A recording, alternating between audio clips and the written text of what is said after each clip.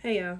So lately I have been struggling with the balance of cutting people off and also how to use discernment, how to utilize discernment and everything that I've been through to sow better and more into relationships. So all in all, I would say that I've been having like this issue of servitude, right? Who to serve, how to serve, where to serve, when to serve, all of that. So one day, I don't know why, but God had told me to read the book of Jonah. And it's very, very short. Like it's literally four chapters long. And basically it talks about how God has told Jonah to go to this city and let them know that it will become, destroyed if they keep up with their ways. So Jonah is basically like, no, I know them people over there crazy. I'm not doing it. I'm about to go over here to Tarsus. And excuse me if I get these names wrong. But I'm about to go over here because those people over there are crazy. And I already know what's gonna happen, so whatever. I don't care. Basically, Jonah gets thrown off of a boat and he gets swallowed up by a whale.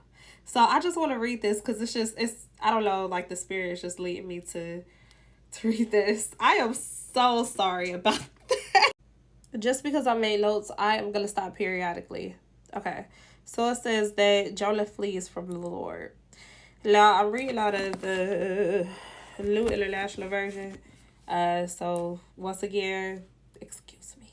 Y'all know the Bible ain't the most easiest thing to read.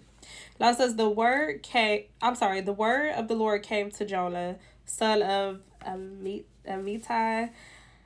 Go to the great city of Nineveh and preach against it, because its wickedness has come up before me. But Jonah ran away from the Lord and headed to Tarshish. He went down to Joppa, where he found a ship bound for that port. After paying the fare, he went aboard and sailed for Tarshish to flee from the Lord. Then the Lord sent a great wind on the sea, and such a violent storm arose that the ship threatened to break up. All the sailors were afraid, and each cried out to his own God. That God would listen.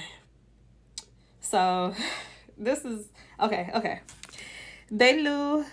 Oh, they threw the cargo into the sea to lighten the ship, but Jonah had gone below deck, where he lay down and fell into a deep sleep. The captain went to him and said, "How can you sleep? Get up and call on your God. Maybe he will take notice of us so that we will not perish." Then the sailors said to each other, "Come, let us cast lots to find out who is responsible for this calamity." They cast lots, and the lot fell on Jonah. So they asked him, "Tell us, who is responsible for the making of all this trouble for us? What kind of work do you do? Where do you come from? What is your country? From what people are you? We want to know where your grandmama stay." He answered, "I am a Hebrew, and I worship the Lord, the God of heaven, who made the sea and the dry land." I want to stop right there. Okay, let me keep on. This terrified them, and they asked, "What have you done?" They knew he was running away from the Lord because he had already told them. The sea was getting rougher and rougher, so they asked him, "What should we do to make the sea calm down for us?" "Pick me up and throw me into the sea," he replied, "and it will become calm. I know that it is my fault for this great storm." Instead, the men did their best to row back to land, but they could not. The sea grew even wilder than before. Then they cried out to the Lord, "Please, Lord, do not let us die for taking this man's life. Do not hold us accountable for killing an innocent man. For you, Lord, have done as you pleased." Then they took Jonah and threw him overboard. The raging sea grew calm, and at this the men greatly feared the Lord. And they offered a sacrifice to the Lord and made vows to him. Okay, so this is something that really spoke to me, right? Because I feel like there's so much emphasis given on the fact that what happens next. So, what happens in the second chapter?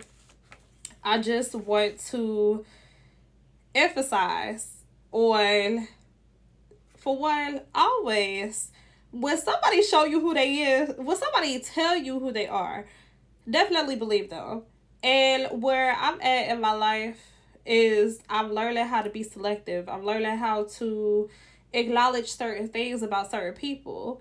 But what I really appreciate the most is that God was made known in that moment. God was made known to those sailors in that moment because they prayed to their own gods and nothing happened.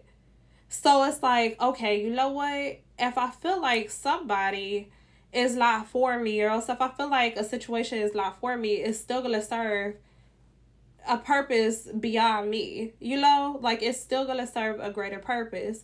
And in Jonah boarding, look, he said, "I'm not going over there because they great." Okay, okay, that was God. Okay, you got it, God.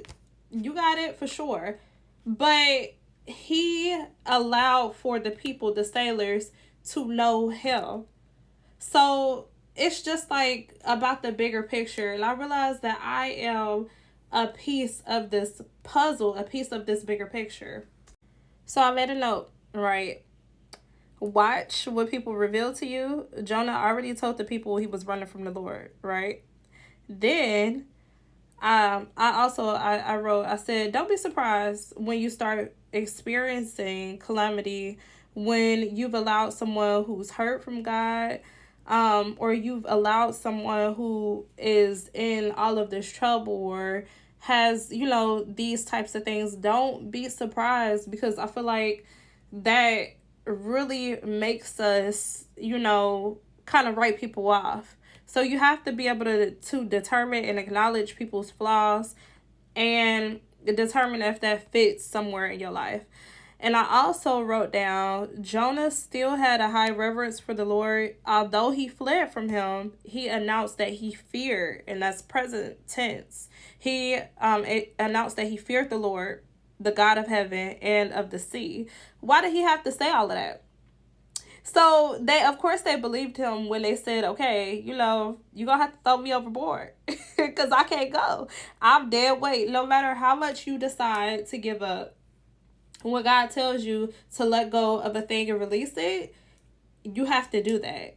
This gonna have to be 3 parts, because I'm hype. I'm hype. Okay.